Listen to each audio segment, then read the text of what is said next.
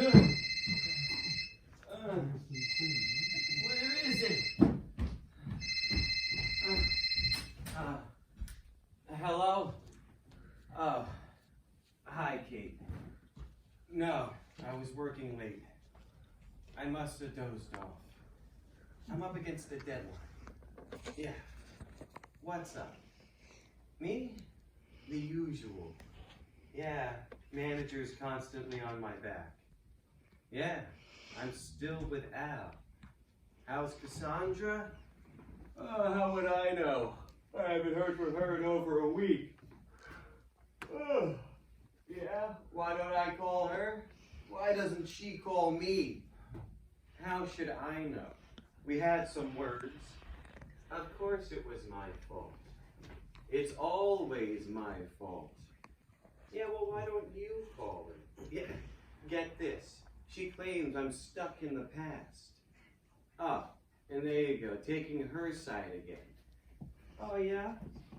Yeah, can we just drop the subject? Okay. Oh, how are things on the West Coast? It must be the middle of the night there. You're having breakfast? Oh, no.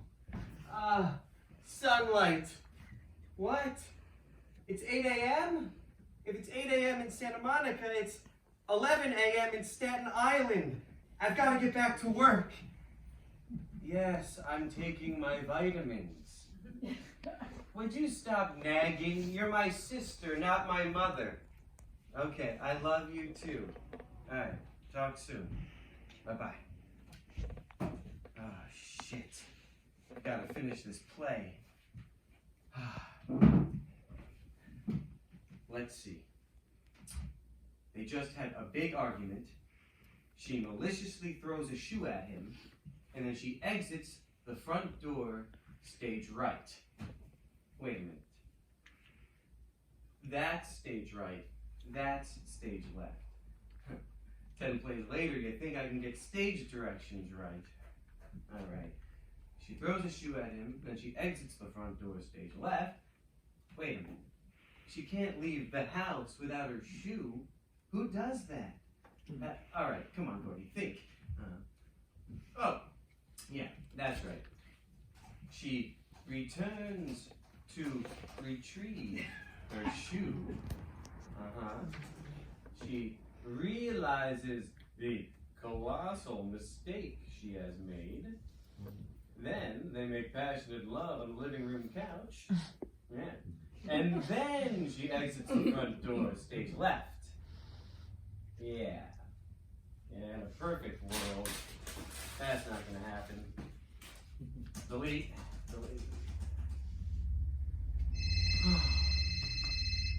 Oh, shit. Hi, Al. Yeah, Al. I'm working on it as we speak. Yeah, I realize the deadline is next week. Yes, I realize we have to forfeit the advance if we don't deliver the play. God forbid you have to give back your 15%. Yeah? Well, I wouldn't worry about that, Al. Why? Because you're 15%, the agent's 10%, and the publisher's 20%. That all lost to a ace high full house in Atlantic City last weekend. Thanks. Yeah, my 55%. Yes. Yeah, that lost to a straight flush the hand before. Yeah, just my luck. No bad beat pool at the casino. What do you mean you're coming over? You're coming to Staten Island? You never come to Staten Island. You're on the ferry? Oh, it's pulling in the terminal. Great. Yeah, we have buses, Al. Yeah, taxis too. The last I heard, we were getting Uber and the internet.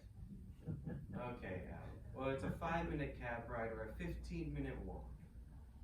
Oh, you'll walk. Yeah, it figures. All right, but I'm pretty tired. Between The play deadline and me and Cass having a little fight. It hasn't exactly been a banner week. Oh yeah, and let's not forget my losing weekend in Atlantic City. Thanks, Al. All right, I'll see you soon. Okay, bye. Al's coming over. Shit, not good. Come on, Gordy boy. Think. You've written plenty of plays that are all starting to sound alike. Okay, how about this? We'll make it her apartment. She'll throw a shoe at him, and he's leaving. Yeah, that's it. Now all I have to do is rewrite Act 1. That's not gonna happen. Come on, Gordy boy. Think. What do you usually do when you get writer's block? Oh yeah, internet poker. There's no money in the account. Internet porn? No, I'm way too tired for that. I gotta take a power nap.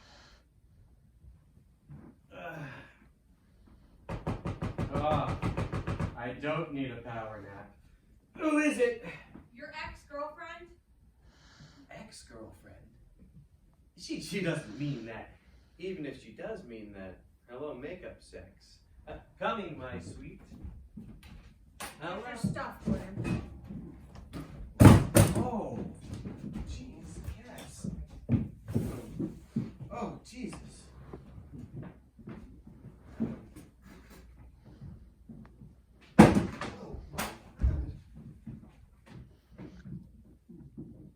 Remember this little number? That was my favorite. Yeah, well now, I'm the only one that's going to be wearing it. Oh, damn. Well, that about does it, Gordon. Now there is absolutely no reason for us to see each other ever again. Oh, wait.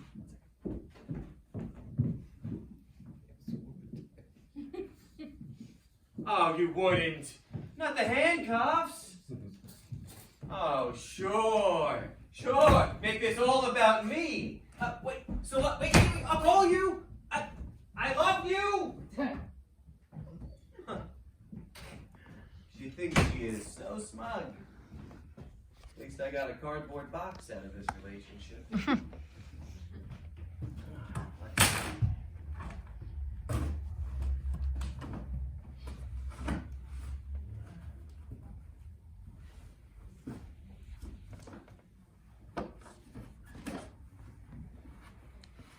Oh, look. At least she returned my sweatshirt. And another sweatshirt. Oh, a toothbrush. And another sweatshirt. Maybe I should upgrade my wardrobe. What else is in here? Oh, look. Joffolier. It's the Valentine's Day card I gave her last year. And she drew the international no symbol on the front of it. That's nice. Oh, and my picture. Also with the international no symbol on the front of it. Yeah, I think she's trying to tell me something. Wait a minute. Wait a minute. Where's my David Mamet bobblehead? She forgot to return my forking David Mamet bobblehead? Ah, screw it. Can't deal with this right now. I'm exhausted.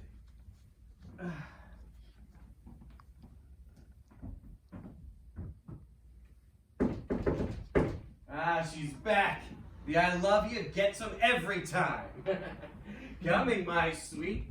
I love you. I love you too. Now get back to work. Hi, Al. Hey, don't act so happy to see me. After all, I come to Staten Island how often? Oh yeah, never. Great. I'm thrilled you're here. I ran into Cassandra outside. What's with her? What do you mean? When I asked her how she was, she told me she didn't want to see you again. I told you we're having a little trouble. You having a little trouble is like the Titanic having a little leak. She's just a little upset. She'll get over it. No doubt. And she'll likely get over you too. Permanently. You know, I don't get you. She's a lovely woman. What did you do to her? Oh, sure. Lay the blame at my feet. It's not just her. How long have I been your manager? Yeah, too long, if you ask me. That's gratitude for you. 11 years. It's 13 years, but it seems like 30. 13 years we've been together. 13 years of my fraternal nurturing, of carefully crafting every nuance of your career. And what do I get for it? Well, you get awfully annoying. That's what you get. You also get 15% of everything I write. Oh, now you're bringing money into this. Is that all our relationship is about? The lousy money? Well, I'm glad you feel that way, Al. Let's lower your end to 10%. Well, you know I would, but you only gamble away that extra 5%. And why do you gamble so much anyway? I don't know. My brother gambles, my grandfather gambles, his grandfather gambles. I'm just trying to keep up the family tradition. How come your father never gambled? I don't know. Maybe it skips a generation. Well, maybe you should learn how to manage your money better. Hey, here's a great idea.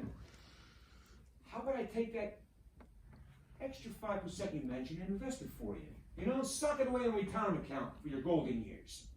Gee, you would do that for me, Al? No, but it's a good idea. Goodbye, Al. What are you goodbye me for? I just got here. You got any bananas? No, but I got some tangelos this morning. They're in the kitchen. Nope, it's got to be a banana. It's a new diet. I've got to eat at least 2 bananas a day. A banana diet? Does it work? Have you ever seen a fat monkey? Funny, Al. And I thought vaudeville was dead. Well, if you don't like that one, I can think of plenty more. Why can't you just think of getting one of my plays to Broadway? Why are you complaining? I've gotten many of your plays in a lot of theaters. Oh, sure. Plenty of amateur community theater. Yeah, all around the country. And those royalties are starting to add up. 6 plays published and a 7th on the way, for which you just wanted a big advance. I need professional productions, Al. My stuff's as good as anybody else's. I've gotten you professional productions. Didn't I get you to Barter Theater last year? No, I got me the Barter Theater last year through an email inquiry, and you still took 15%. Don't muddy the water with details. Barter Theater is the State Theater of Virginia. Broadway quality shows. It's not the 1970s anymore where you can have 3 plays running on Broadway at one time. Today, it's all big business and bottom line.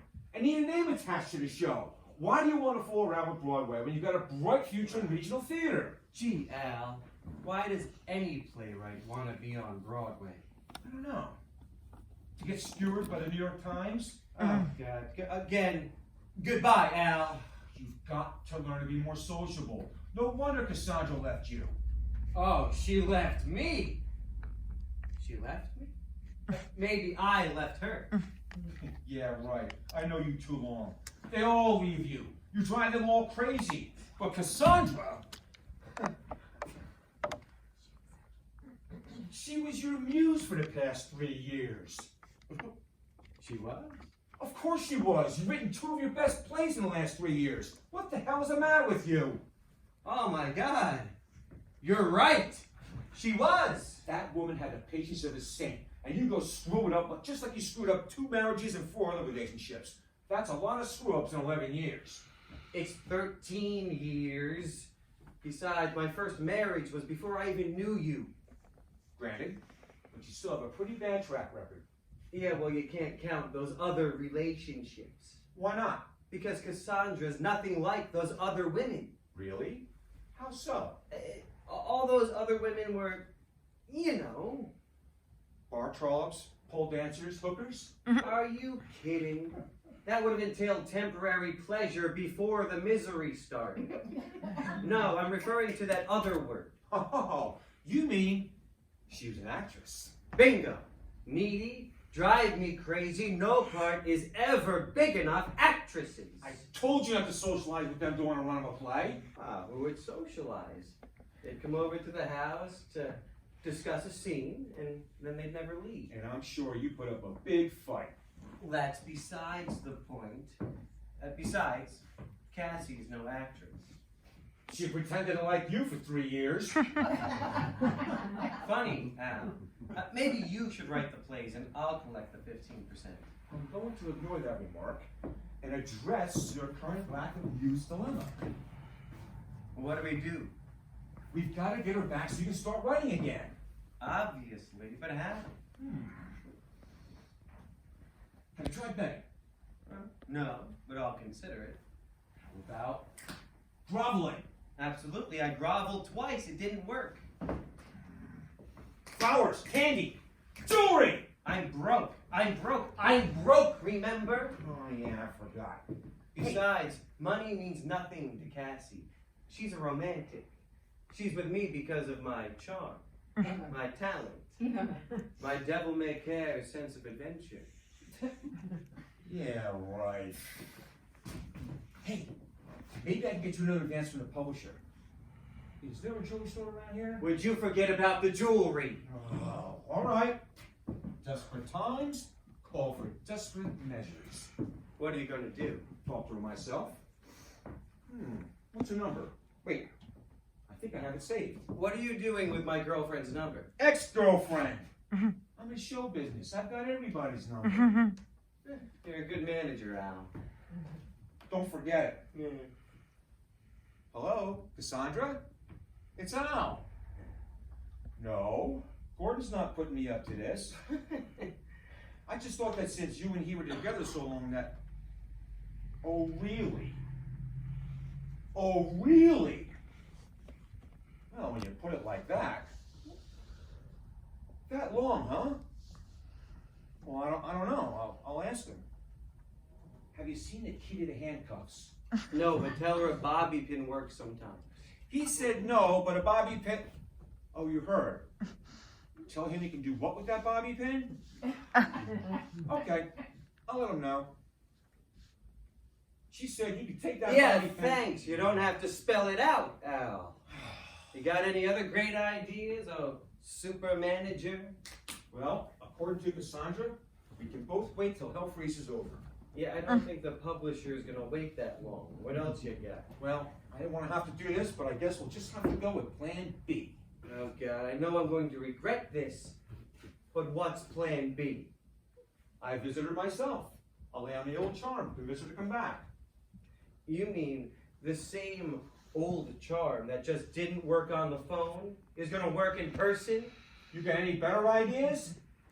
Gee, Al, I don't think you're going over there is such a great idea. I have my pride, you know. You going over there on my behalf, well, I mean, it's just... Just what? Well, it's humiliating. It's demeaning. It's underhanded. Here's her address. What are you gonna say? Don't worry about that, you know? Before I was a manager, I was a Broadway booking agent. We could be pretty persuasive. Remember Cats? Who, Harry Katz, the entertainment lawyer? No, Cats the musical. Al, you got Cats to Broadway. Certainly not, but I'm sure somebody pretty persuasive did. Oh my God. Would you just go, Al? I need to take a nap. Great idea. Take a nice short power nap, then get up and start writing a little early for Halloween. Anyone I know?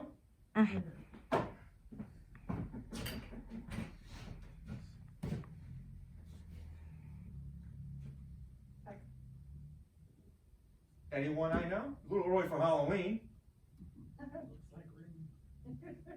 Looks like rain. Got an umbrella. What would a recluse who never leaves the house be doing with an umbrella? Walk between the drops, Al. Hey, bring back some pastrami. Oh, and Al?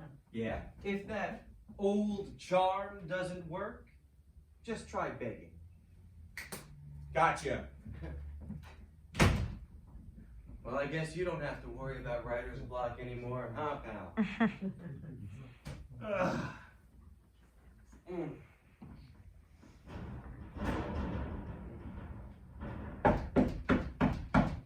Oh, I'm never gonna Get any sleep? Coming.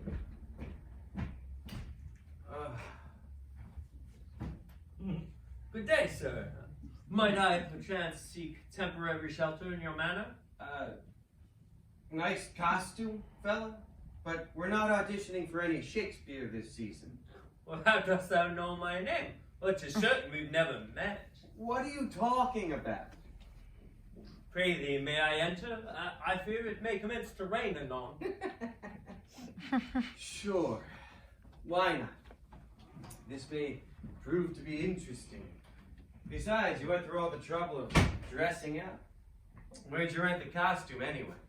Oh, these garments are mine own, sir. Such strange surrounding. Oh, 'tis thus astounded am I. I pray you, what is that device on yonder table? What device? Oh, you mean the laptop? The laptop? Oh, such idiom air. Oh, soft. What light breaks from yonder laptop?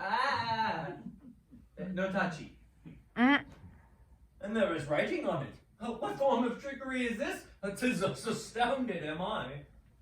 Okay, buddy. This has gone on quite far enough. Granted, you're good, but who put you up to this? My manager, Al? Pray, but tell me, what year is it? Okay, that does it. Look, I told you, you're good, and I'll be happy to read you for a part if we ever do a reinterpretation of Hamlet. Oh, you know of my play! Oh, your play. Sure, pal. I've heard of all 38 of your plays, but I'm a little busy right now, and I got a feeling some guys wearing white coats might be outside looking for you. 'Tis 38, but 'tis only 36 I've read so far. Yeah, you know, some people had a feeling that you didn't write the last few. Who did, Francis Bacon? Bacon? But that lack wit? Second rate? John Fletcher is the poet I have written with of late. Prithee, kind sir, but what is your name? I am a stranger here. Yeah, I'll say you are. How could I expect you to understand? You could not possibly. Pray, allow me but an opportunity to explain. Come on. Are we really gonna do this? Do what? Sure. Why not? This may prove to be interesting. Let's hear your story. May I sit for a moment? For I fear I have just been through a great ordeal. Yeah, knock yourself out.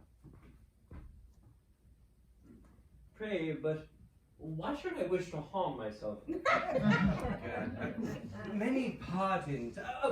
I beseech thee, if thou would sittest on yonder throne. Before I tell you of my tale, perchance humor me, kind sir, by telling me what year this be. This be the year 2015, as if thou didn't know it. 2015, thou say? Oh, it cannot be. Oh, I feel faint and parched. Might I quench my thirst by drawing water from thy well? Apparently, I have not had a drink in near 400 years. Really? 400 years. I think you're going to need something a little stronger than water. In faith, what is thy name? It's Gordon. Gordon. A goodly sounding name. Why, thank you. And how may I address you? Mr. Shakespeare? William, or Will, if it please you.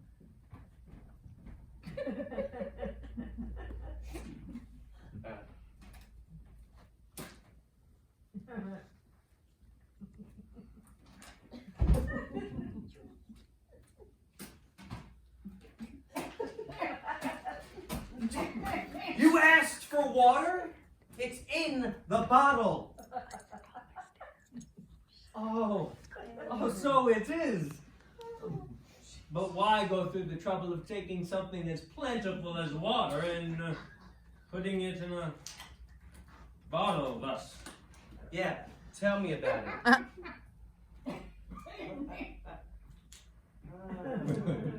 Questa. And then they have the audacity to charge for it. Money for free water. Have people become so gullible in the future? Apparently so. Some theaters charge anywhere from £3 to £6 for a single bottle. £6 for a single bottle of free water. Such a killing I could have made off the groundlings had I such an idea. Verily higher than the price of a single admission. Well, it is adjusted for 400 years of inflation. But we digress. You were about to tell me how you got here to America from England, and you kind of skipped over 400 years in the process. America?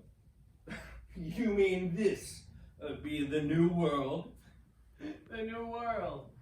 I'm afraid you have a little catching up to do. But again, we digress. Yes. You wish to hear the tale of my arrival. Well, here it is. Mark it well. My neighbor's boy on the Newton's farm is always fiddling with some machine or other.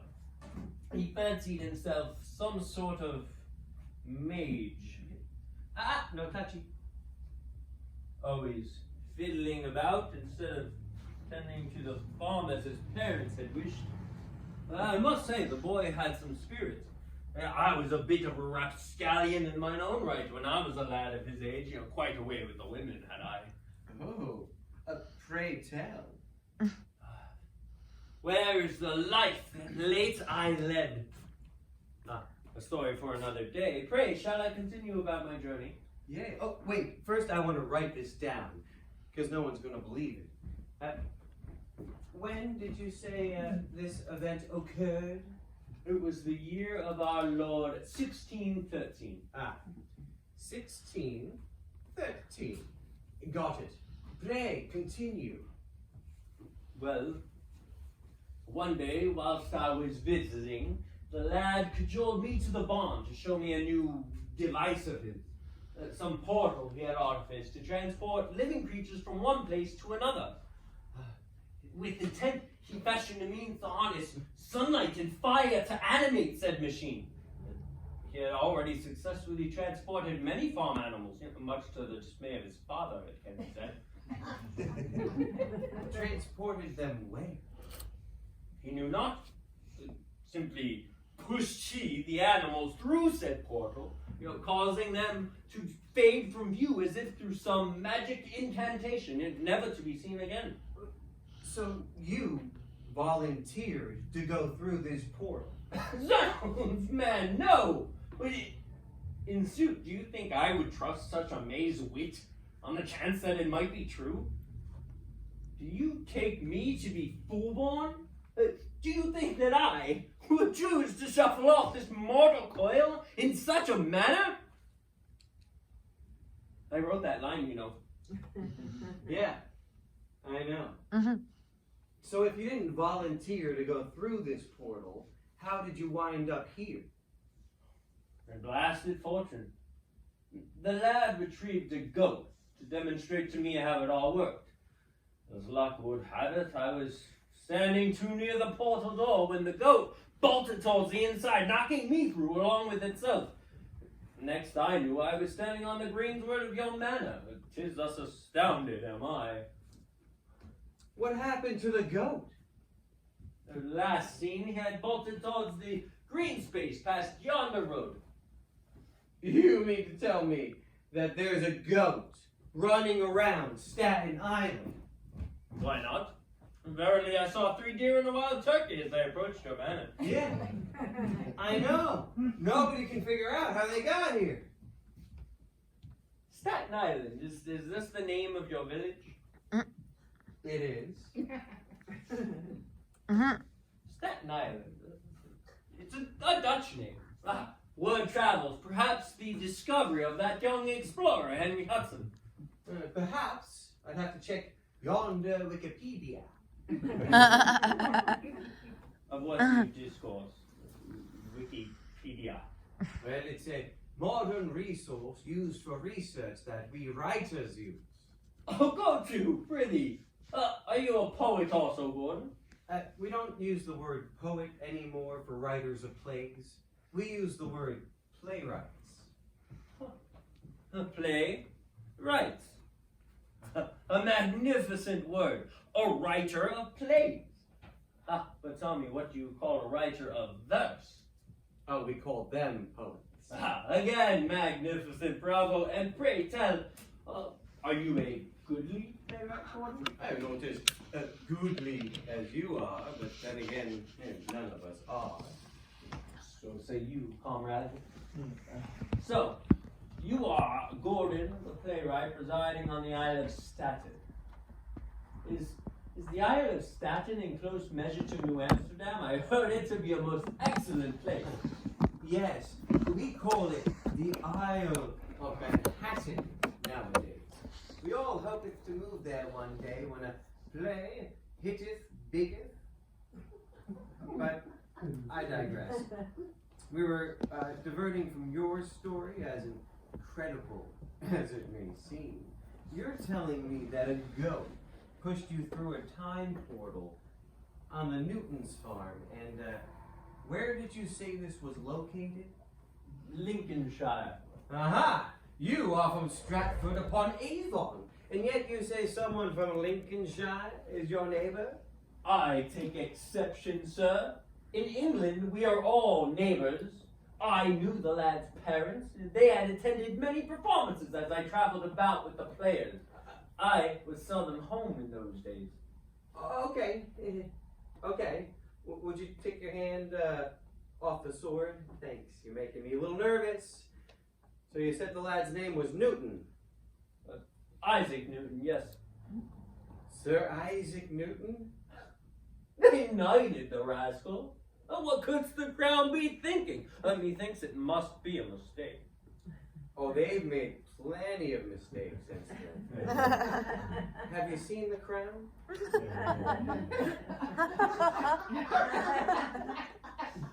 So say you. So, what your story is, well, what you're telling me is, Sir Isaac Newton sent you hurtling into the future by some invention of his? Verily, for here stand I. Aha! And now I have you? How say you? Imposter, charlatan, false face must hide, but false heart doth know. You know, I really wish you'd stop quoting me thus. You don't hear me quoting thou constantly. It's rather off-putting. Really? You better get used to it if you are who you say you are. But I rather doubt it. For you see, I happen to be a student of history, and I happen to know that Sir Isaac Newton was 20 to 30 years after your time. This is not possible. Well, I knew him, Gordon. Oh, nice try, but I can prove it. Pray tell. Oh, that device I told you of? That Wikipedia? Oh, mark this. Don't let this shock you. When I touch a certain button on yonder device, all the words will be magically transported to others. Oh, it cannot be possible. Really? You just traveled 400 years into the future with a goat. But what I'm about to do isn't possible. Correct. Stand I suppose 'tis possible. And why do you always talk like Yoda? It's really annoying. Who is Yoda? Perchance he talketh like me. Perchance. In any event, you just touch a few keys on yonder device, and presto, all the pertinent facts you'd like to know about Sir Isaac Newton. Who would have thought a farm boy to be so important? Tell me, Gordon, what task does this button Never touch the laptop. As you can see, Sir Isaac Newton was born December 25th, Christmas Day, 1642. That's 26 years after you die. You shouldn't see that. 'Tis not possible, I tell you. He was a lad of no more than 16 when I knew him in the year 1613. Perchance there is more there. Read on, Gordon. Very well. If you wish to be indulged. Let's see. Sir Isaac Newton, early years, grew up in Lincolnshire. You got that right. Father's name was also Isaac Newton. Aha! There you have it. 'Twas the father who is the lad who I knew who did the experiment in the barn. The son, perchance through faith, partook of the father's genius. The apple not falling far from the tree. Did you write that one too? Methinks not, but 'tis a good one. Well, sir, I am waiting. For what? An apology, you scurrilous dog. Imposter am I? Charlatan? Were I not a stranger in a strange land, I'd run you through for such an insult. I know you didn't write that one. Defend yourself, you cur. Okay. Okay. Okay, put the sword down, Will. You're gonna hurt somebody. Verily, it's my intent. Well, look out the yonder window, Will. The goat returns. Ah!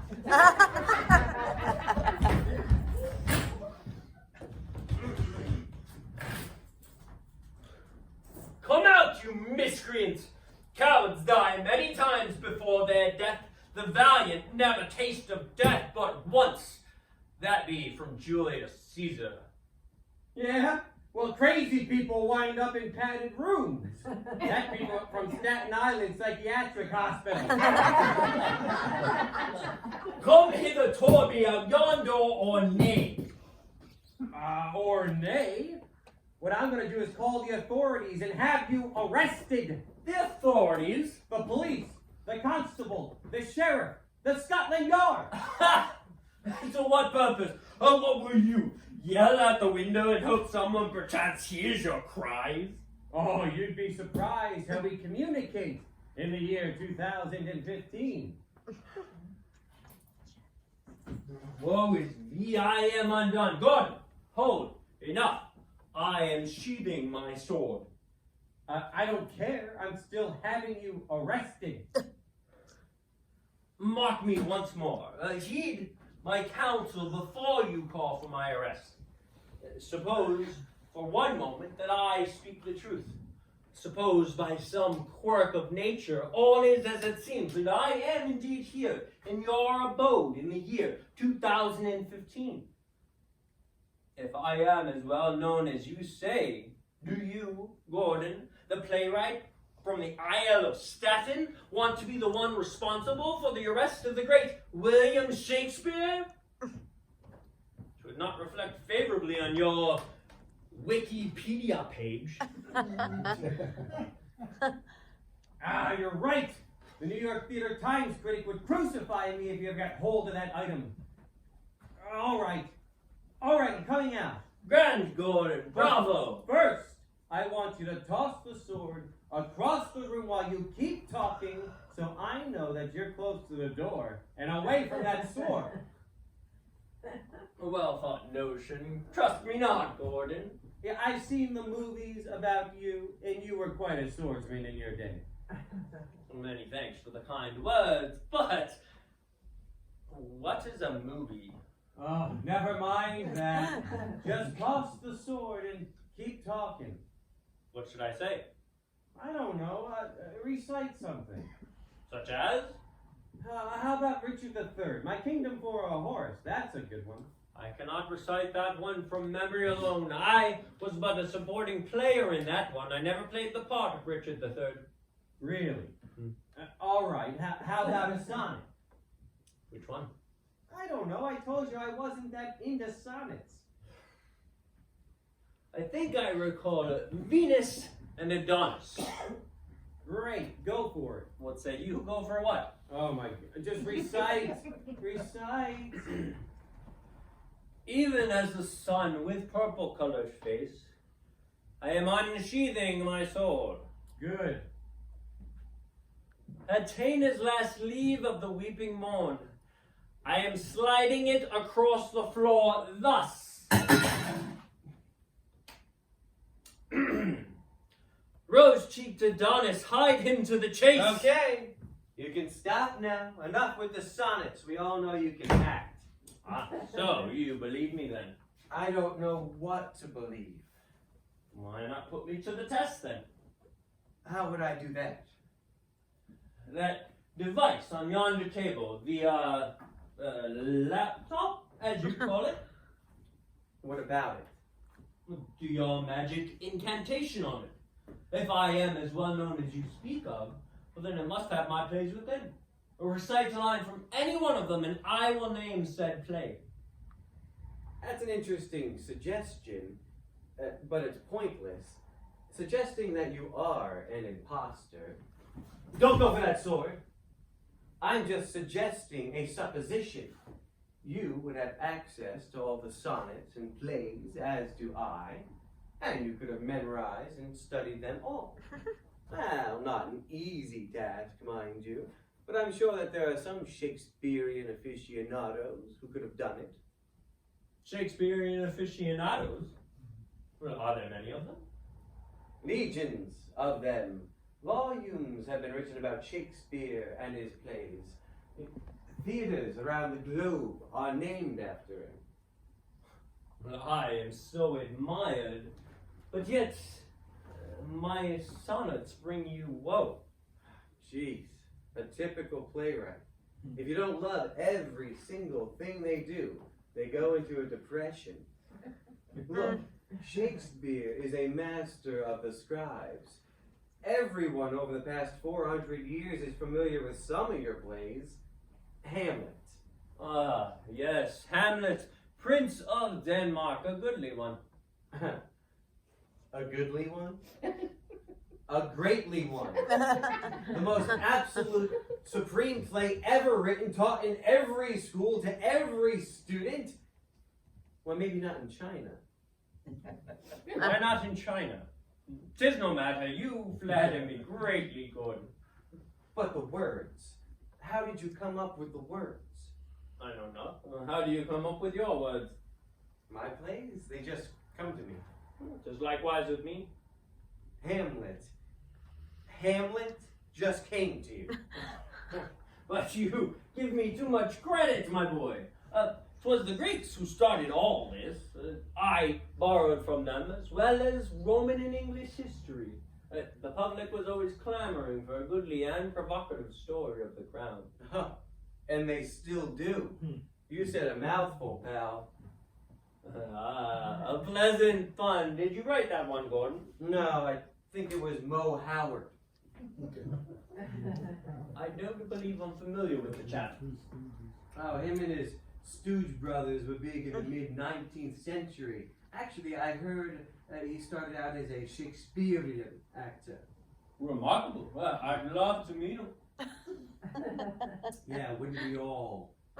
Anyway, the first time I saw Hamlet on television. Television? Oh boy, how do I explain this? Let's see. You saw the laptop? We also call that a computer. Yeah. You saw the images on the screen that it projects? Well, yes. Yes, 'tis a marvel. 'Tis thus astounded am I. If such a device had I, hundreds more plays could I have written. Yeah, I don't doubt it. Anyway, if I am to believe that you are here from the 16th century. In the 17th, you always count one ahead. Oh. Yeah, I could never figure that out. Anyway, as to movies and television, someone invented a way to capture images, such as plays of yours, and continuously replay them on a device, such as the computer that rests on yonder table. Not like I performed them. Well, no, not exactly as you perform them, but how others have performed them since the advent of the technology. But if you have the plays being performed on yonder computer, then who would come to see them performed by real actors on a stage? Well, only people born before the advent of the computer, apparently. And there are fewer of us every day. The task, then, would be not to let them capture the images. The groundlings would be forced to come and see the plays being performed by real actors at a theater where you could collect an admission fee for your work. You know, I think you're onto something. So, say you, Gordon, that my plays can be found on yonder computer? Oh yeah, I can go over to that device and pull up a production of any of your plays, even the less popular ones. What less popular ones? I told you, don't take it personally. Shakespeare has legions of fans, but you're still not everyone's personal cup of tea. You can't please everyone. No greater truth was ever told, Gordon, but still, it is a sad state that real actors don't perform the plays nowadays. Oh, but they do. Your plays get performed by real live actors constantly around the globe. Well, maybe not in China. But I'd even go so far as to say that there isn't a day of the year that goes by that one of your plays isn't being performed. As a matter of fact. The Public Theater in New York City, the Isle of Manhattan, is performing Romeo and Juliet this entire month. But then we must go on. To Manhattan to see the play. To Manhattan to see the play. Agent, they owe me my stipend for the performance. Oh my God. You're not acting, are you? You really think that you're Entitled to my stipend for the writing of Romeo and Juliet? You are correct. You know, the original title was Juliet and Romeo, but I received much criticism for putting the woman's name first. Methinks it a rather unfair criticism. Me too. Well, come hither. We are off. I hate to break this to you, Will, but What? well, you see, I don't think you're entitled to your stipend anymore. You see, today we call them royalties, and you're only entitled to your royalties once you're alive. Everything after that goes into something we call the public domain. The public domain. Of what do you speak? Well, you see, you're only entitled to your royalties while you're alive, and your estate 75 years hence. I'm afraid that all of your content happens to be in the public domain. So you get nothing. Careful, boy. But I am still alive. Aye, there's the rub. Yeah, you're gonna need a pretty good entertainment lawyer if you want to pull that one off. Or do you know of one? Well, yeah, but he's too busy negotiating the Broadway revival rights of Pajama Game. But verily, my plays are more important than some pajama game. You would think so. Not being able to collect one's stipend kind of takes the joy out of playwriting. Yeah, tell me about it. No, it's true, Gordon, that my father was against this playwriting of mine. Mine as well. Wanted me to stay in the wool trade with himself. Mine wanted me to become a civil servant. It was only when I began collecting stipends for my writing did I gain any measure of his respect. 'Twas only when I started bringing home actresses did I gain my father's Actresses? Of what do you speak? You know, actresses. Women? Women? You mean on stage performing my plays? Hell yes. Hell no! No, not in my theater. Not at the Globe. Such a thing was forbidden. Men played all the parts. That was part of the camaraderie. We were there to be with and act with other men. Oh, I see. Be with other men. It hasn't changed much in 400 years. Early. But up with us to the Isle of Manhattan with much haste, for I am not yet worm's meat. I wish my stipend at once. Where is your horse? I'll have one.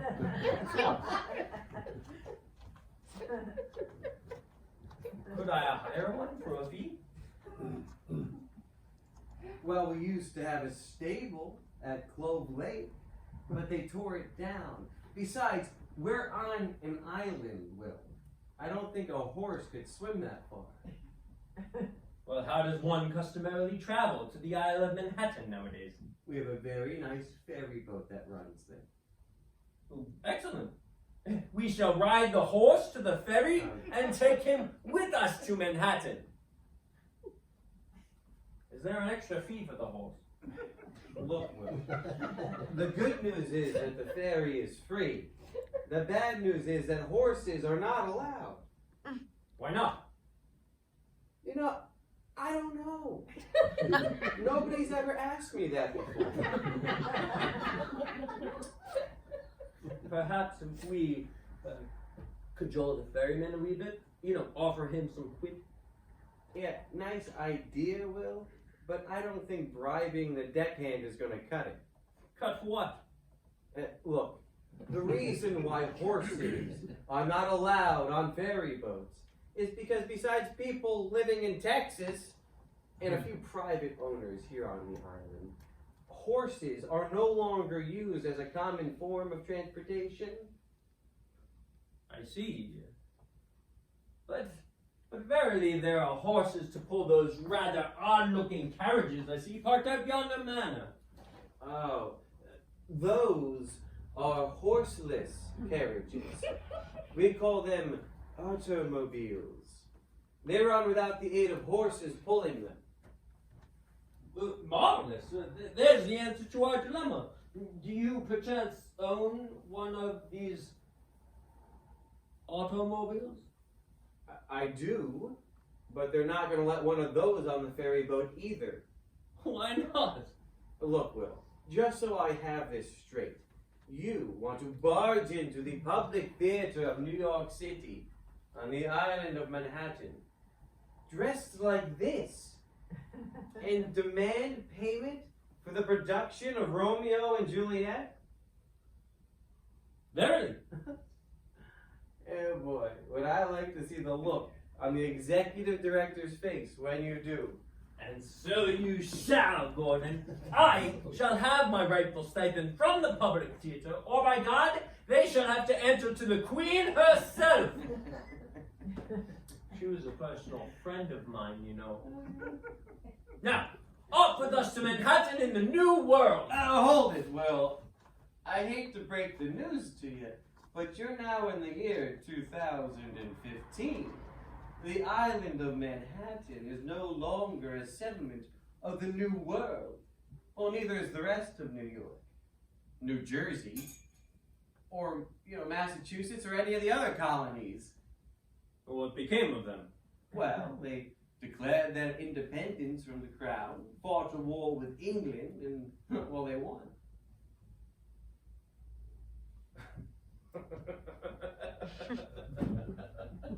Oh, you jest!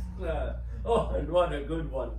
The Queen's army defeated by a bunch of ragtag colonists? Impossible. Improbable, yes. Impossible, no. As it happened in the year 1776. Go to. Next you'll be telling me the monarchy no longer rules England. Well, technically it doesn't. What? What form of trickery is this? Verily 'tis treason. Where my sword? Would you forget about the sword? Relax. The queen is still on the throne.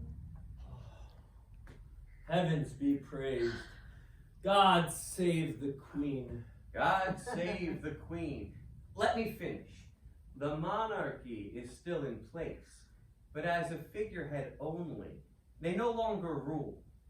And don't tell me the papacy has taken over again. What? The Pope? No, the English Parliament. Not those miscreants. Descendants of Cromwell, most likely. The one that England has survived. The queen is still on the throne, you say? Yes, Queen Elizabeth.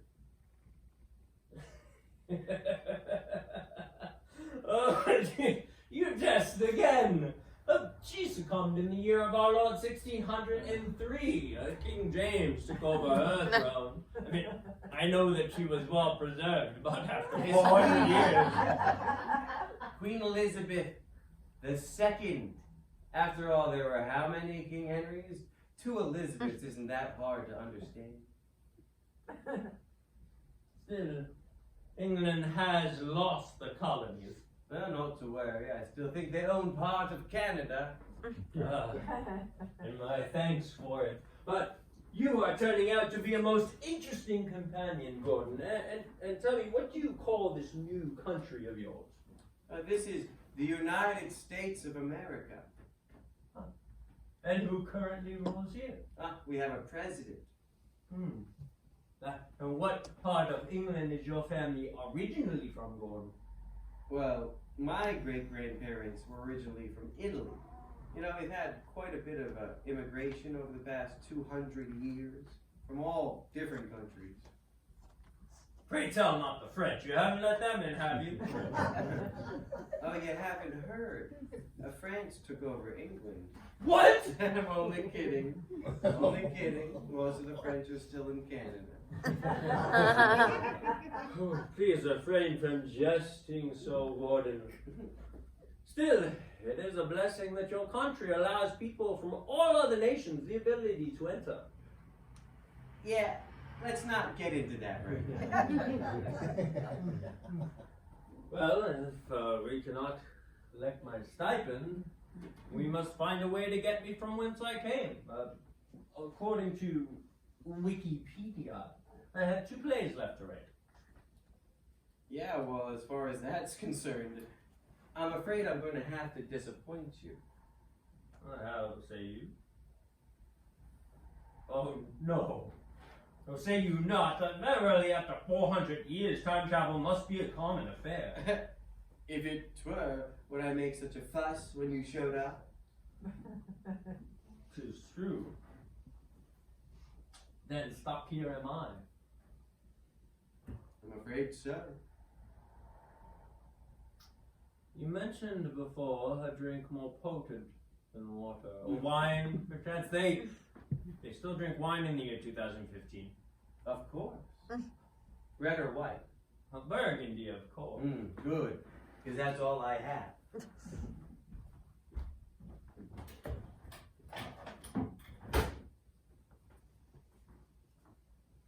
Gordon, what does this object do? That? It's a lamp. Lamp? By yanking that chain beneath, you illuminate the lamppost.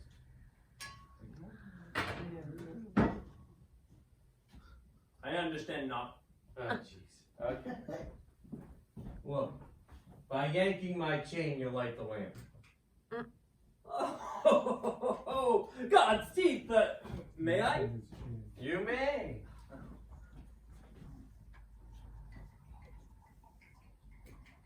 Oh, it works! It lights thus! Yeah, that's something, isn't it? Saves me a lot of money on matches for the candles. May I again? Absolutely. It dampens thus. Oh, it lights again! And dampens verily. You're right. Would you knock it off, Will? You're gonna burn out the bowl. Knock it off? Well, if that be your wish. No! Cease! Desist! Cease and desist! Put the sword away! Oh, pray pardon, mayhap I mistook your meaning. Yeah, well, one thing's for sure. You're not ready to meet the microwave. Gordon, if I may, sometimes your directions seem a bit misleading. Do you often give such misdirection to your actors? Only if it improves their performance. How mean you? Never mind. Pray, sit. Drink your wine.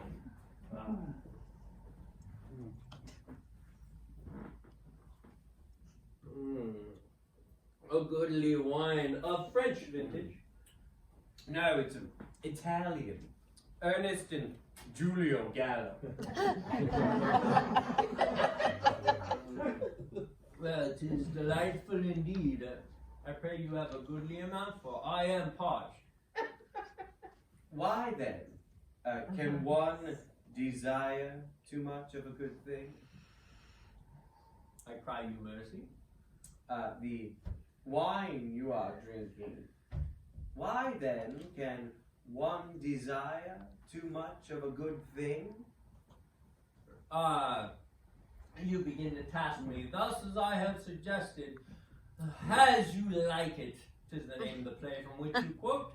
Nice try. Are you sure? I thought it was Coriolanus. Am I sure? I am certain. Are you sure that you are a writer of plays? Brush up thy Shakespeare, consult yonder laptop, and try another on me. Okay, I will. Will.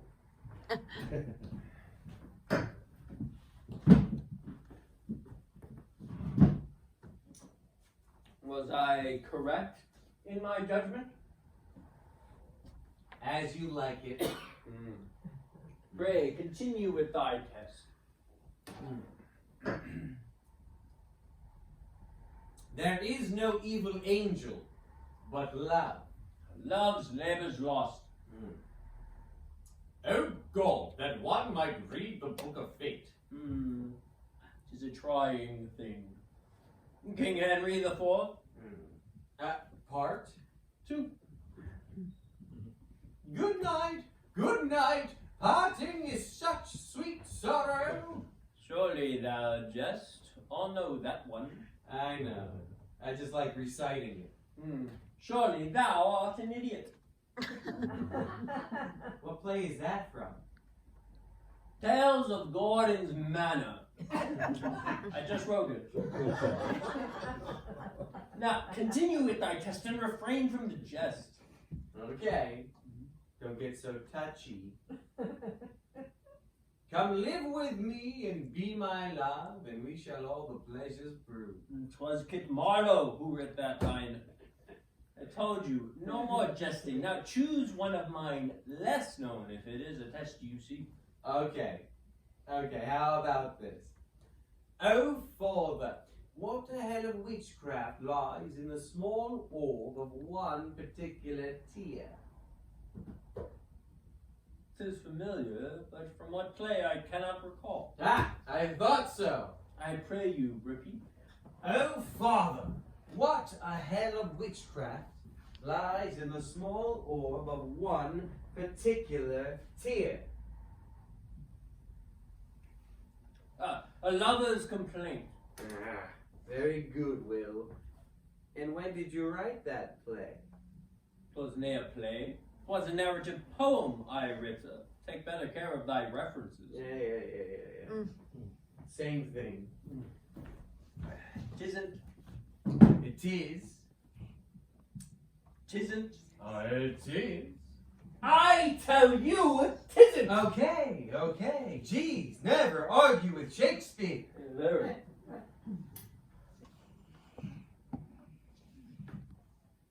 Okay. One more. It's from a play less performed nowadays, and it's a tough one. A hint well taken. You begin to task me, Gordon, but go ahead, proceed. Okay, here goes. Oftentimes excusing verbal Does make the fault worse by the excuse. King John. That's it. I give up. Ah, so thou art finally convinced. Not yet. Ow! Oh, it's real. Of course it be real! And so be my sword, thou want to try yet again. Okay. Apparently, we have a situation here. Verily, and what solution offer you? What else? Keep drinking. An excellent plan. Have you more wine? Even better. I have some whiskey in the kitchen. I'll fetch it.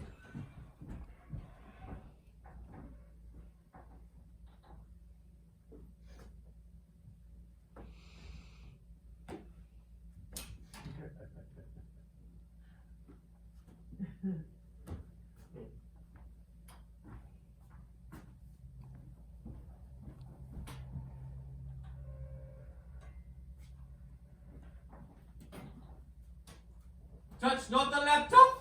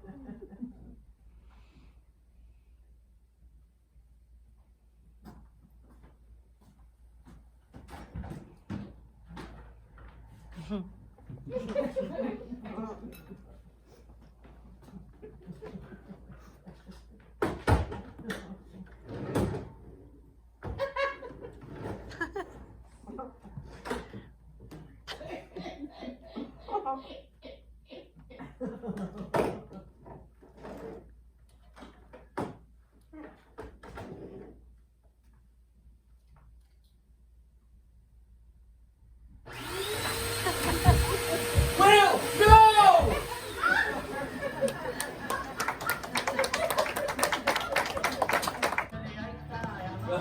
So then Burbage says, get that mangy cur off the stage. And I retort, to the dog or the actor. The dog or the actor. That's a good one, Will. One of my best ad-libitum. I was considering keeping it in the play, But it would have ruined Hamlet's soliloquy. Just so exactly. It has been a delight reminiscing about the theater with you, Gordon. I'm so very sorry for killing your cleaning machine. Forget about it. I hardly used it anyway. Yes, so I've noticed. Anyway, all we've been talking about these past few hours is me. I'm tired of speaking of me. Tell me of yourself, your plays, Gordon. I'm afraid I am not nearly as interesting as you are, Will. Nonsense. Regale me with some stories. Give me some plots. Well, in one play, a comedy. Those are verily the most difficult to write, yes. Yeah, tell me about it. Except a good ghost story. You ever try to write a convincing ghost story? You jest again. Hamlet, the story commences with a ghost. You must bewitch the groundlings from the start to garner their eyes and ears. You know, a ghost here and a witch there. Or 3 witches in the Scottish play. Scottish play? Mean you Macbeth? Yeah, that one. All I say is do not Macbeth. Well, I guess it's okay to say it here in my living room. But you never say it when you're in the confines of a theater. Why the devil not? Well, you just hit the nail on the head, buddy. What nail on which head? Well, nobody knows how or when, but the play is supposed to be cursed. Surely you jest, Gordon. Cursed? Say it's not the name of the Scottish play, Gordon, for it is cursed. It's true. What happens if one not says Macbeth in a theatre? Well, the person who does say it is supposed to leave the theater, turn around 3 times. Oh, God. Okay, Gordon. Yeah, I'm good. Spit. Curse. 4.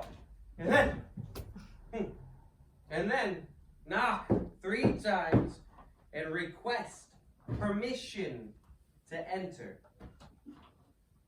Why, thank you. It's my house. Sorry with me here. Spit on the ground and curse. Who thought up such a gambit? I mean, here in the year 2015, people believe in such utter nonsense. It is but a play after all. Yeah, I'm afraid we do. Well, what happens if one doth refuse to perform the ritual? The theater burns down? Well, maybe. Or it gets a leak. Or an actor or an actress hurts themselves or becomes ill and misses some performances. Well, better safe than sorry, 'tis said. Tell me, are there any other strange theatrical customs I know not of? Yeah, well, we never wish an actor good luck. We say, break a leg. What of that? How can the play proceed if the actor has broken an appendage? Then, depending on the severity of the injury, said actor must be taken from the theater and put out of his misery. Whoa! We won't go that far, Will. You know, we have some rules. We'll fire him, but we won't kill him. It's this whole union thing, actors at equity. Such strange customs the theater has these days. Tell me about it. Can you believe the nonsense we have to go through to get a play produced? And then when we do get a play produced, you gotta keep it running. Did you know that recently a balcony in a theater collapsed in England? Perhaps they were performing a Scottish play. I don't think so. Tell me, did any such occurrences happen to close one of your productions, Will? Bubonic plague once or twice. Jeez, and I thought bad reviews killed an audience. Yeah. Enough frivolity. Tell me of your plays. My play? Well, I'm afraid I haven't had much success recently, until the current one I'm trying to finish. You are vexed. Verily, I have a fair beginning and a superior ending. And the rest? Well, there is no rest. I have a beginning and an ending. Oh, a short play. It is heavy. Why not just turn it into a sonnet? They don't really sell nowadays. I see. Well, what should I do? Why ask me? I wrote it, not. Well, if you can't help me, who can? You are William Shakespeare. Ha! That is the first time you've admitted it, Gordon. Alas, I may be William Shakespeare, but a wizard I am not. Even I have limitations. But you gotta help me, Will. I'm in dire straits. Very well. I have never refused a scribe in need. I helped young Ben Jonson many times. Oh, you, sir, are a true gentleman. Fetch the document. Oh, you know, before we do that, Will, would you mind signing my copy of Hamlet? Do what to it? Sign your name inside the parchment. For what purpose? The book belongs to you. But should you not write your own name inside? Perchance it was lost. Perhaps someone would return it to you. You misunderstand, Will. It's customary nowadays for one to collect a famous person's signature. It's even considered valuable. People will pay vast amounts of money for such documents. In fact, such documents are bought and sold on something, on the laptop, on something we call eBay. And how much pay you this copy of Hamlet? About £5 English money. And have you any savings, Gordon? Not much after last weekend. Why? What are you getting at? If we could find some money, we purchase many copies of Hamlet for £5 each. And I commence to sign the books, and then we resell them for twice as much on that eBay. Rich we shall be in no time. That's a great idea, Will, but no one's going to believe that it's your signature. I suppose thou art right. Maybe I should start writing new plays under a new name. New plays? For Broadway? I don't know. How good are you at converting children's fairy tales into musicals? All this fuss for a name on a piece of parchment, and for what? You cannot eat it. It cannot pull a wagon or keep you clothed. Yeah, well, you'd be surprised at what people value nowadays. You know, people make celebrities out of people who can act, sing, write, paint. Whatever can they do? Well, they can be the daughters of second-rate shyster lawyers from a famous murder trial who appear on reality television programs. Lawyers! Second-rate. First, kill all the lawyers! And their talentless offspring. Bloodsuckers, just like the theater owners. And the theater producers. The luck! Oh, careful, Will. Yeah, that one's mine, that one's you. Tell me, Will, did they have agents in your time? Agents and solicitors for the mercantile trade. Well, today we have agents to secure bookings for actors, writers, and all others in the arts. We also have managers doing the same thing. Why have both? What difference be there? Well, a manager tells you that he can get you a booking, and an agent actually gets you the booking, and they both take a percentage. They take a percentage of your stipend, as do the theater owners. And how? How what?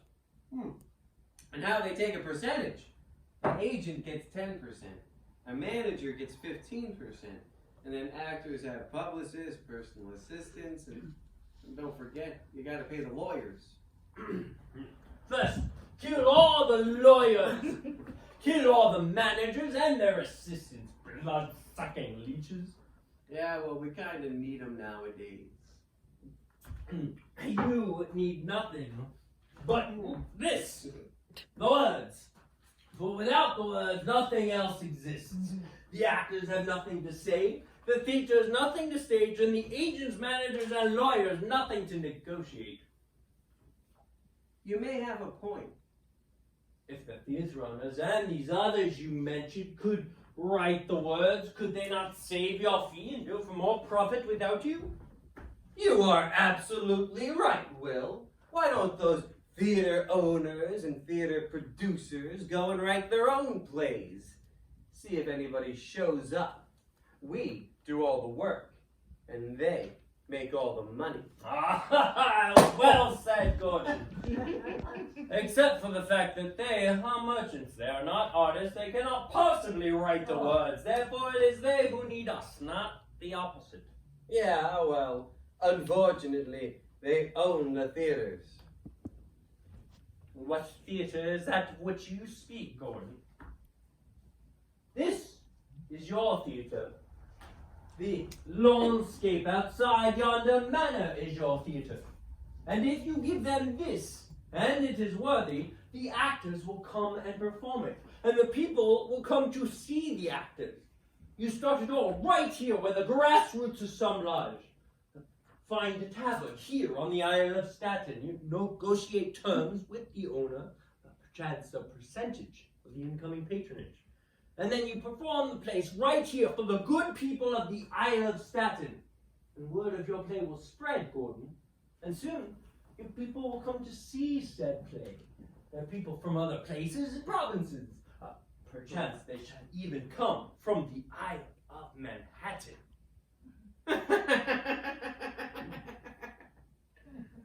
The people from the Isle of Manhattan come to the Isle of Staten to see a play? Such a thing is unheard of. Maybe for the Ferris wheel or a strip center by the ferry, but for the play? No. You know, come to think of it, I don't think they'd come for the Ferris wheel or the strip center either. If the play be worthy, Gordon, they will come, and therein will lie your glory. You know what? Very well. I'll do it. And I shall help. Do we have to pay the actors? Let's see if anyone comes to the play first. Good idea. Have you a quill, Gordon, so that I may sign your copy of Hamlet? Oh, yeah. Oh. Here, use this. It is a modern writing instrument. Oh, how marvelous! To Gordon. Yeah. Oh, hey. Oh, 'tis thus astounded am I. This will bring you no money, I'm afraid, Gordon, for as you say it, no one will think it real. That's okay, Will. It's worth more than just money to me. I am flattered, and I am heartened that this play remains published. Well, they keep all your plays published, along with all the other classics. I have the Canterbury Tales on the bookshelf yonder. Chaucer? How marvelous! May I borrow it? I have not read Chaucer since I was a lad. Be my guest. But I am your guest. I mean, feel free to borrow it as long as you like. My thanks for it, Gordon. Now, as to your plays. Yes, as to that, I'm afraid that I have no ideas forthcoming. And when did this malady commence? Oh, about a week ago, a week hence, when I broke up with my girlfriend. Oh, 'tis a lady? Oh, 'tis always a lady. For want of the love of a fair lady, therein lies the loss of all else. What play is that from?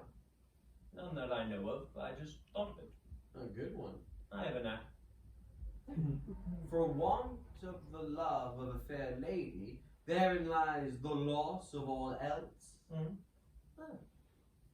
Mind if I, 'Tis yours. Now, as to the task at hand, winning back said fair lady, so that you may continue to write your play. The lady's name? It is Cassandra. Cassandra, the prophet of doom. Yeah, you know, she warned me that the relationship was in trouble, but I never believed her. And is she one of the women you now let perform on stage? An actress? Nay, much worse. A muse. Amuse? Oh, then you must win her back. Well, I don't think winning her back is going to be quite so easy. Task her greatly, did you? Oh, verily. Nowadays, we call it really pissing them off. How greatly? A quarrel? Yes, she says that I'm obsessed with my past relationships too much. And do you? Of course I do. Who else would obsess over them? They're my relationships.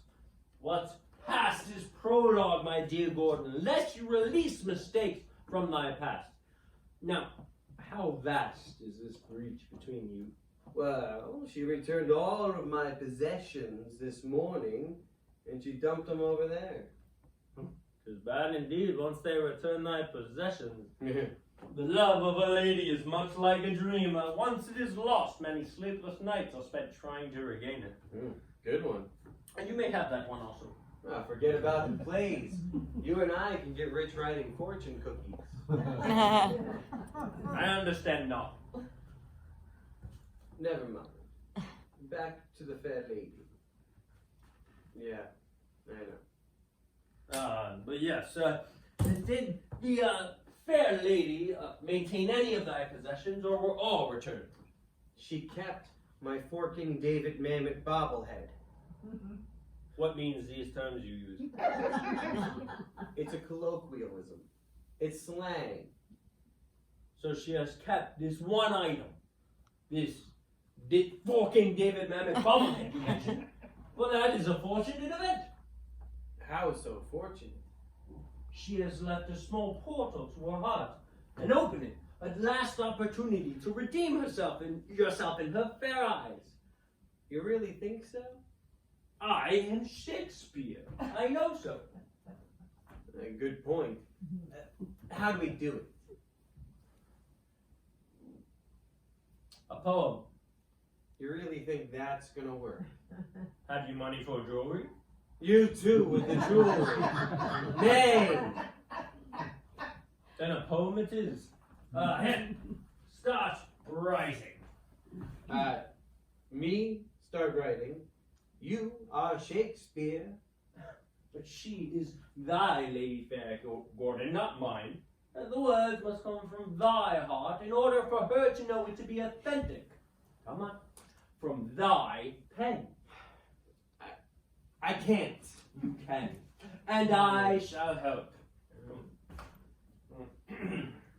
Start with a celestial object to compare to.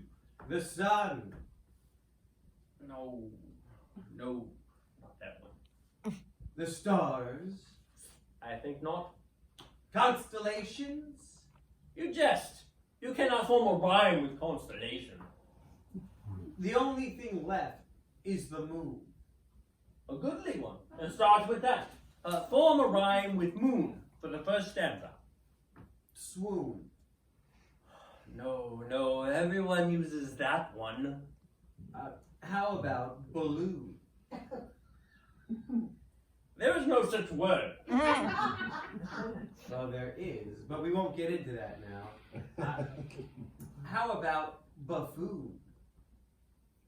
And what is that? It's a clown, a jester. Compare a fair lady to a jester. You think that prudent? Yeah, perhaps not. Yeah. Compare yourself, maybe. Well, I'm stuck. Must I write everything around here? Use cocoon. Cocoon. Oh yes, cocoon. Love's sweet cocoon. Under the light of yonder moon has dwelt us once in love's sweet cocoon.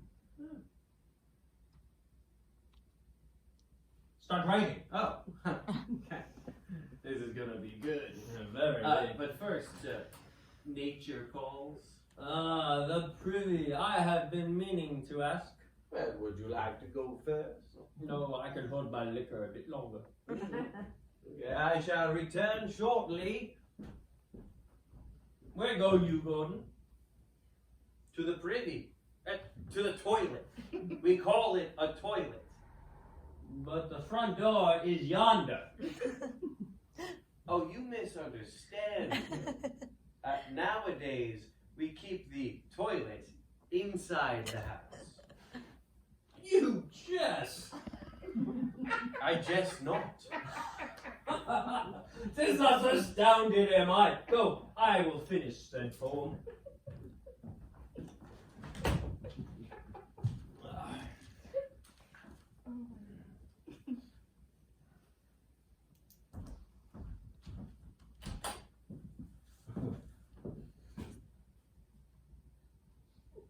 Who are you?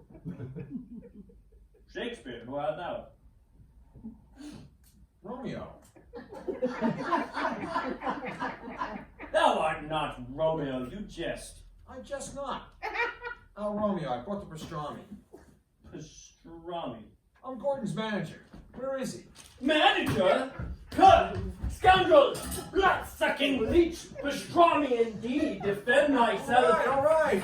Relax. I'll go back and get the chicken salad.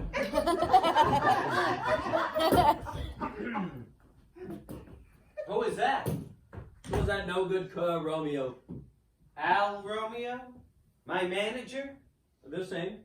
Well, get him back here. He brought lunch. Retrieve him thyself.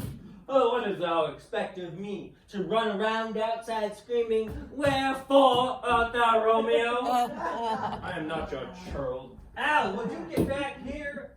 And would you put the sword down? You make him nervous.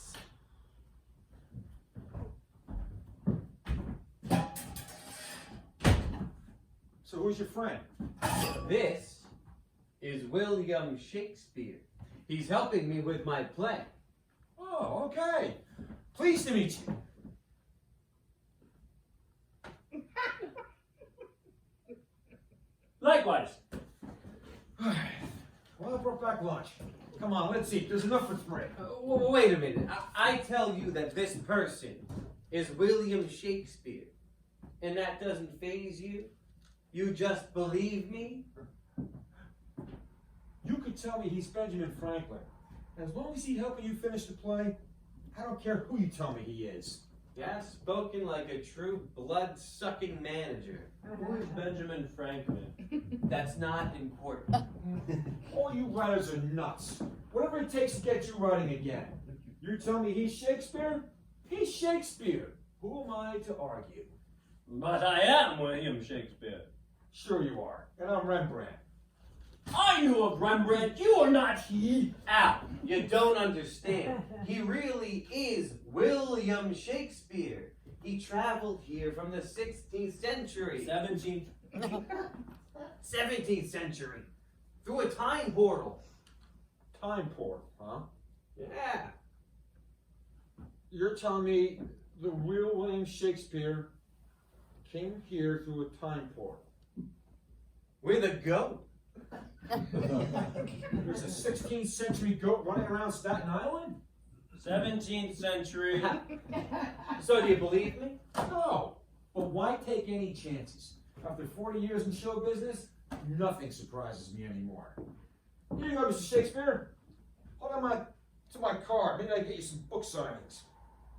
Thanks. I will keep it in mind. Yeah, so how did it go with Cass? Not too well. What do you mean? Well, when I knocked on the door, she opened it. She told me she forgot to give me something. She threw it at me. It's in the box.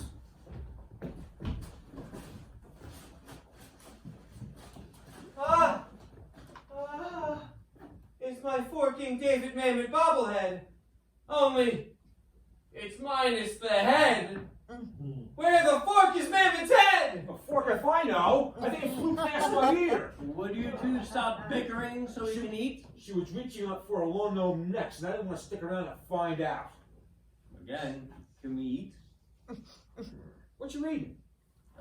Chaucer's Canterbury Tales. Oh, and it is marvelous. I love a good forking fart joke. Gordon uses fork and penis jokes all the time. Would you two quit it with the cutlery? This is serious. My last chance just flew by Romeo's head. Flew by Romeo's head. I like that. You know, hell hath no fury. We know. So, Al, super manager, you got a plan C? Sure. Let Shakespeare here write her a love letter. That ought to do it. We were just working on such.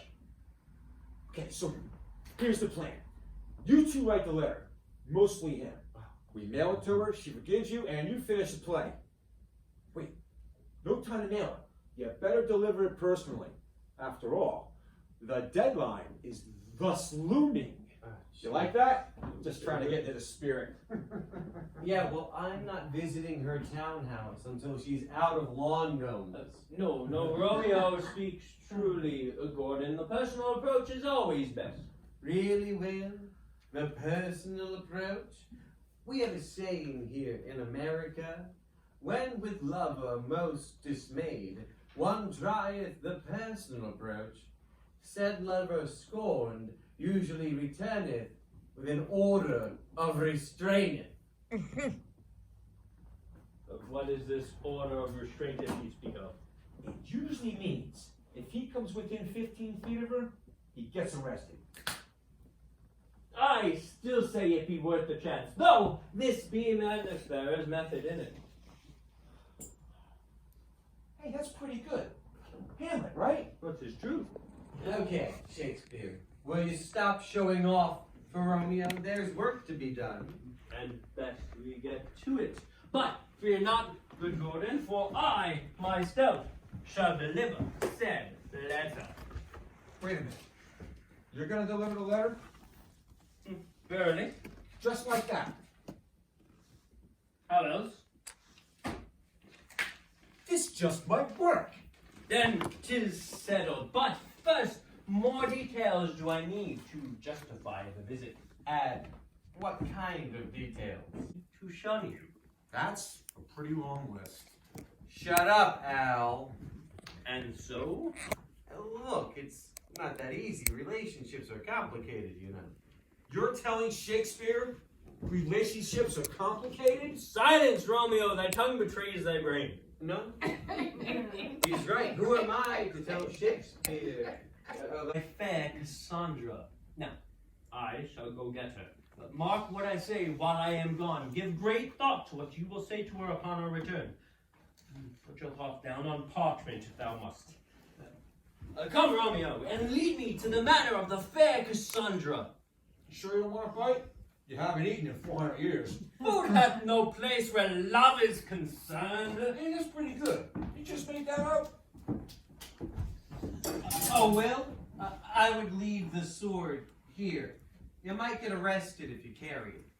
You might get arrested anyway. You remember the address, Al? Do I remember the address? I was just there, wasn't I? 120 Barn Avenue. Unit 2B. Or was it 2A? No, I'm pretty sure it was 2B. Well, God's man, this is important. Now, Romeo, you must be certain. Was it to be or not to be? Oh, God, you just couldn't resist. Good. I couldn't. Now, off we go, Romeo, to the manor of the fair Cassandra. Good luck. And if you're not back in an hour, I'll meet you at 125th Precinct with my lawyer. Kill all the lawyers.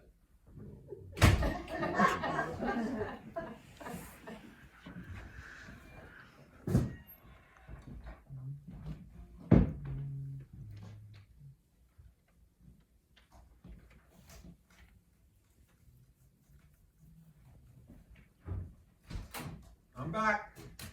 Huh. So Romeo returns. And just 3 minutes before I called the precinct. Where's Will? He's on his way, and he's bringing a surprise for you. You don't mean. The muse worked his magic on your muse to perfection.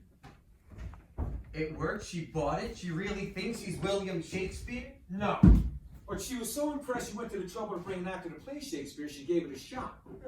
We walked up to the door, removed any remaining long gnomes, knocked, and Will slipped a note under it. Then we waited. How long? Just a few minutes. She opened the door and saw Will standing there and started to laugh. She invited us in, and Will chatted her up big time and convinced her to come back and talk to you. He said he had to prep you. I'm prepping you. Can we finish lunch? I'm starving. What, you run out of bananas? I moved lunch into the kitchen. Oh, okay. Oh, but before I forget, I heard from the publisher. They need some of your reviews and press clippings. You keep any of that stuff? Yeah, I got him in a shoebox at the bottom of my closet. I'll go fetch him.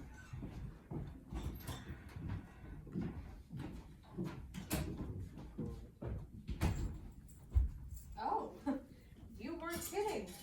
You when you mentioned to me that you possessed a really long sword, I didn't know how to take it. I never jest of such things. Now, mark what I have told you. You must be both totally honest with each other, or all is for naught. You know, you are really good. You know so much about Shakespeare. You can make a nice living impersonating him. Personal appearances. You should talk to Gordon's manager about that. The matter has already been broached with Romeo. Well, you were persuasive enough to convince me to come back here. Although it's a waste of time. I'm afraid Gordon and I are finished. But is love ever really finished? Think back to a time when you two were together. A summer's day, perchance a poem written for you. Or the same poem written for a former girlfriend. Nay, Gordon, never. Yes, Gordon, always. It's just his nature. He can never commit. He's self-absorbed and he can't let go of the past. Don't forget, he's a compulsive gambler too. And a narcissist. Narcissist may be a little strong. Hold thy tongue, Romeo. Where is Gordon? In the bedroom reading his press clippings. What did I tell you? What was I thinking? I'm out of here. Great job, Shakespeare. Think I should have brought Byron to Shelley. Wait, there, Cassandra. Anon. Romeo, come. Go forth and fetch Gordon. Okay, you're the playwright. I don't think there's anything that he's going to say that's going to change my mind. But it is not thy mind that needs changing, but thy heart. If there still be but a single spark, and must there be, for you are indeed here, then hear what he has to say, but just once more, and make him hear what thou hast to say. Yeah, he's on his way. You know, he is so good, Al. You should hire him. Way ahead of you, my dear. Come, Shakespeare. Let us discuss some future bookings over a mutton sandwich in the kitchen. Gordon, make all haste. The fair Cassandra awaits.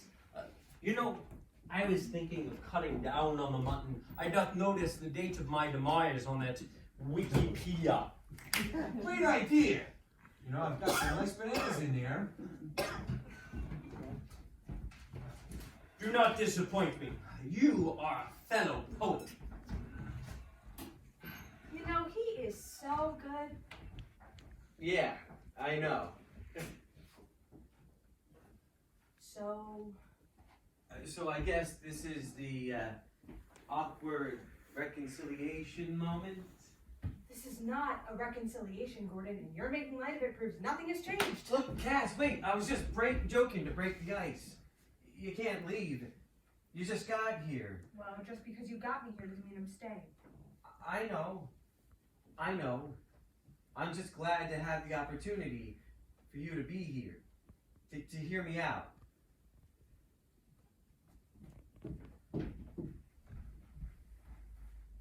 Look, Cass, I know that I get moody and that sometimes I gamble a little bit too much.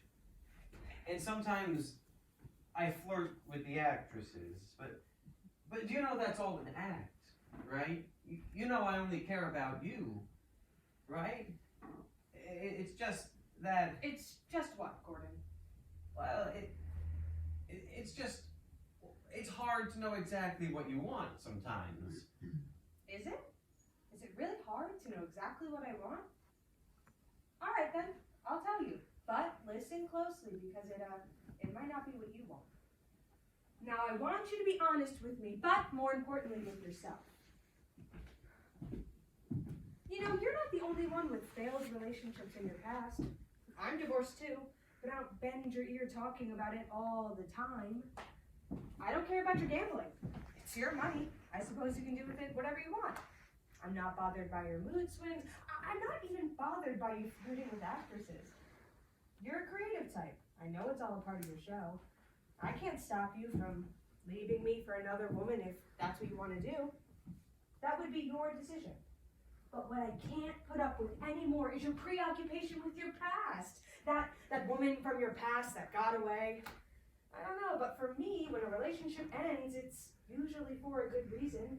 And it's not fair to me, you constantly bringing them up because I just don't want to hear about it. It's insensitive, and it makes me feel as though our relationship isn't a priority, and that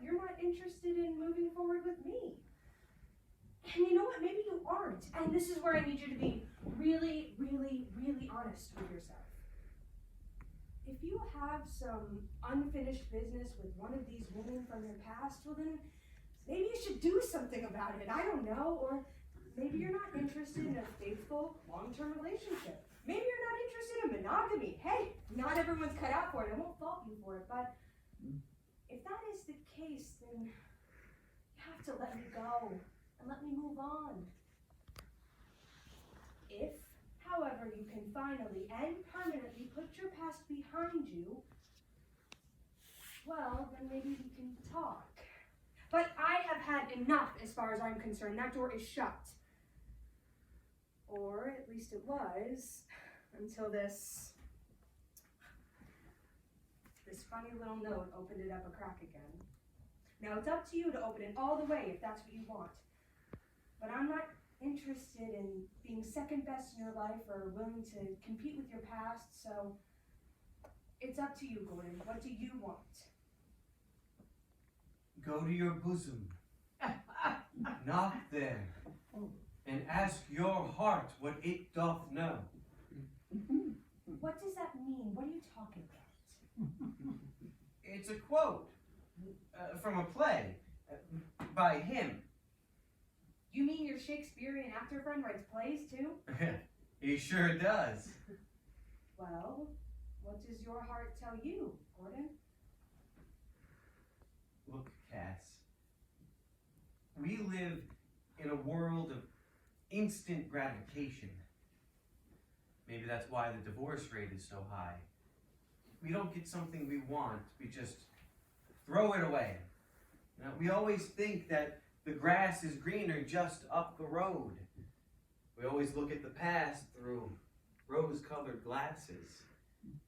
We don't always see the past as it actually was, or rather as we perceived it to be.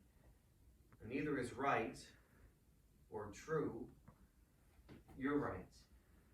I have to be honest with you.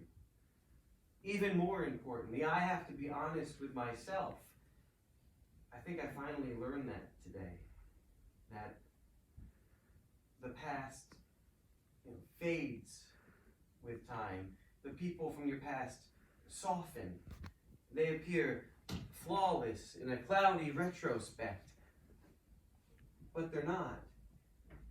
What matters is what you have here, in this moment, now. It's someone who you feel comfortable with. Someone who you can laugh with, and who supports you, and who is, well, your muse.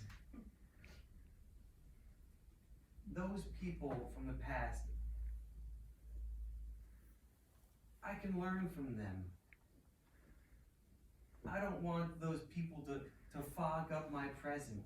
I don't want my past to be prologue anymore. Spoken like a true poet. How about we talk about this some more tomorrow night for dinner at my place? I know you have a play to finish. Till tomorrow then, I'll await thee, my fair Cassandra. It's not bad. Not as good as your friend, but not bad.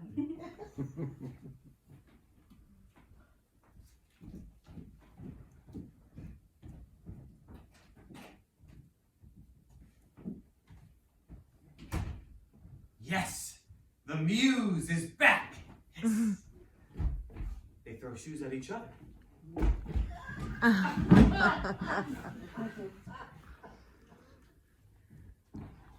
So, how did it go? Well, I think. All's well that ends well. We know. Well, we must take our leave. Where are you going? Romeo and I have important business matters to discuss as matter on the Isle of Manhattan. Wait a minute.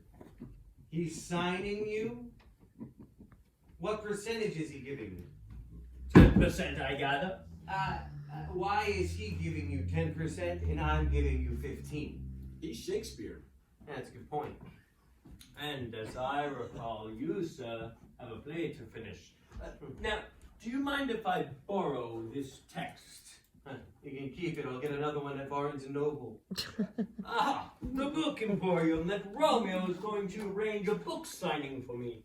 You never arranged a book signing for me. Again, he's Shakespeare. Gee, Al, if Noel Coward comes through that portal next, I'll probably never see you again. Who's no coward? Never mind. The way I see it, we should go pick up a bunch of copies of Hamlet and have you sign them. Then we can sell them on eBay for twice the price. That's what I suggested. But Al, no one's gonna believe that he's William Shakespeare. Who's the manager around here? You are? Hey, well, I'd look at the fine print on that contract of yours. He might have you opening up for a juggling dog act next. Such a thing happened at the Globe once. So, now that I'm representing you, I'd like to offer you a little managerial advice. Such as? Hamlet, I'm kind of rethinking the ending. It's a real downer. I mean, everyone's dead at the end of the play. Then there's the production costs. They've gone up quite a bit since your day. I mean, the price of stage blood alone has skyrocketed in the last 400 years. And Will, honey, baby, you know I love you, but if you kill off all the characters, who's left to star in a sequel? What be is the sequel? I mean, do you really have to kill Hamlet's mother and sister? After all, we don't want to lose the female audience. but both of those characters must die in order for the play to make sense. Great, just what I need. One more thing. We may have to cut a few minor characters here and there. Producers aren't paying for a lot of actors on stage anymore. I mean, do we really need 2 gravediggers? Maybe one gravedigger is off heeding nature's call or something, and we can use a recorded off-stage voice. Well, I mean, I don't think that... Never mind, we'll bring it to the Schuberts. They still have dough. Of course, we'll need a big star to play the lead. A star? But the play's the thing. Not anymore, it isn't. You need a big star, and the longest you're going to get him for is a 3-month run. But in that case, do you think we could get Mo Howard? I hear he is the most excellent Shakespearean actor. Hey, if you can get him through that time portal, why not? He'll probably work for scale. Hey, Al, what about my deadline? Well, we should start writing again. But first, why don't you take a nap? You look like hell. Ah, jeez, take a nap. That's the best advice you've given me in 10 years.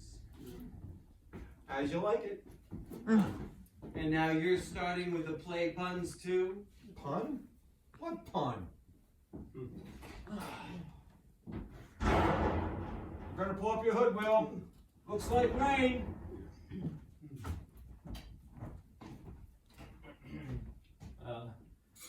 Farewell, Gordon. Farewell, William Shakespeare. Oh, and Will, thanks for everything.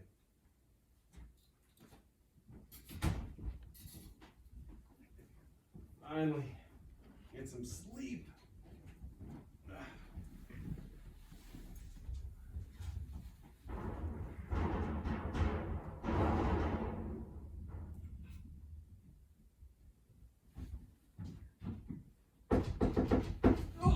Come in, it's open.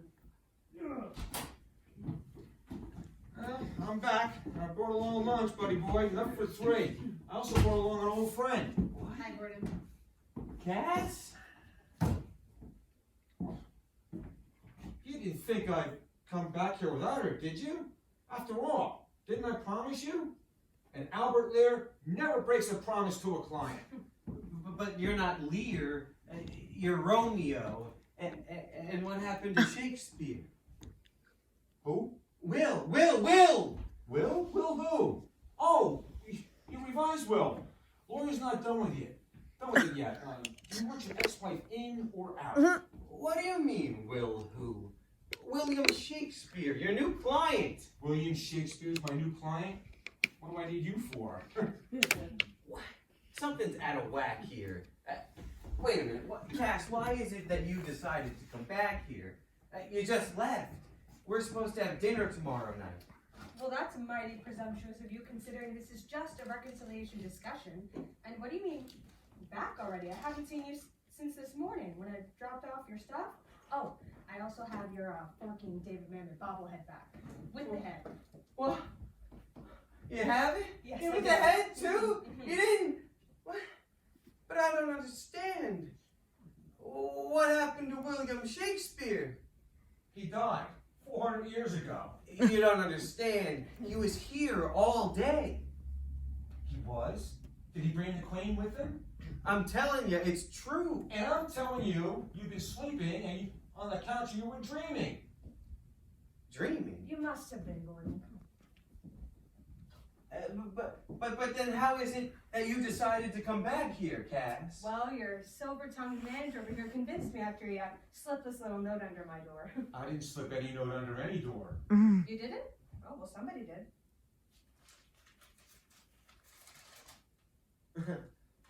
If not for the light of yonder moon, as dwell us once, love's sweet cocoon.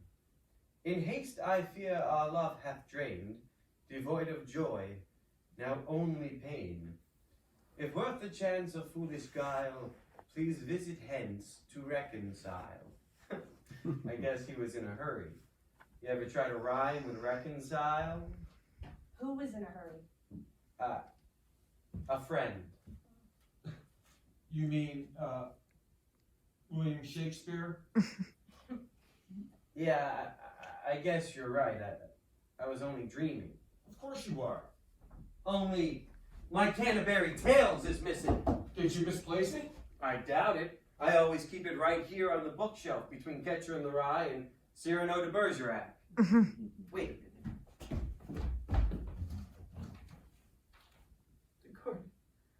They do not love that do not show their love. Can you guess what play it's from? Will. Gordon, I'm not totally sure what's happening here, but I came here to tell you something. I came here to tell you what I'm really angry about and how I really feel. And if you're really serious about saving this relationship, well then, we have a few things we have to get straight. Yes, my fair Cassandra. I know exactly what it is you want to tell me. And I finally figured something out today, and I doth have something to tell you too. Hey, you two, come here. You're not gonna believe this. Is that what I think it is? It sure is. A goat standing on the front lawn eating hydrangeas. Go figure. Staten Island. A goat? 'Tis thus astounded am I. Wait a minute. That's not just any goat. That's an Elizabethan goat. Elizabethan, you mean like 16th century? 17th century. Wonder if I can train him. There's a lot of money in animal acts. A trained goat. You think you can do it, Gordon? Well, you know what they say. Where there's a will. Well, my mission's accomplished. I'm heading back to Manhattan. Where do I catch the bus to the ferry? I'll give you a ride to the ferry, Al. Hey, Cass. Thanks for coming over. Gordon, you're exhausted. How about we talk about this some more tomorrow? I love that. I'll call the publisher and get you an extension on that deadline. Call you tomorrow.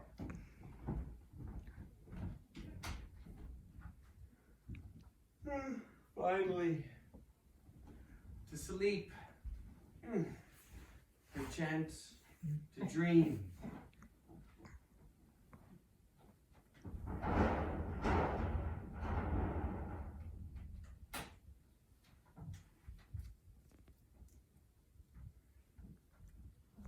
Come gather groundlings at my behest, to hear a tale of love's lost quest. Good poet Gordon doth yonder rest, to welcome soon a distant guest. Oh, 'tis thus astounded am I.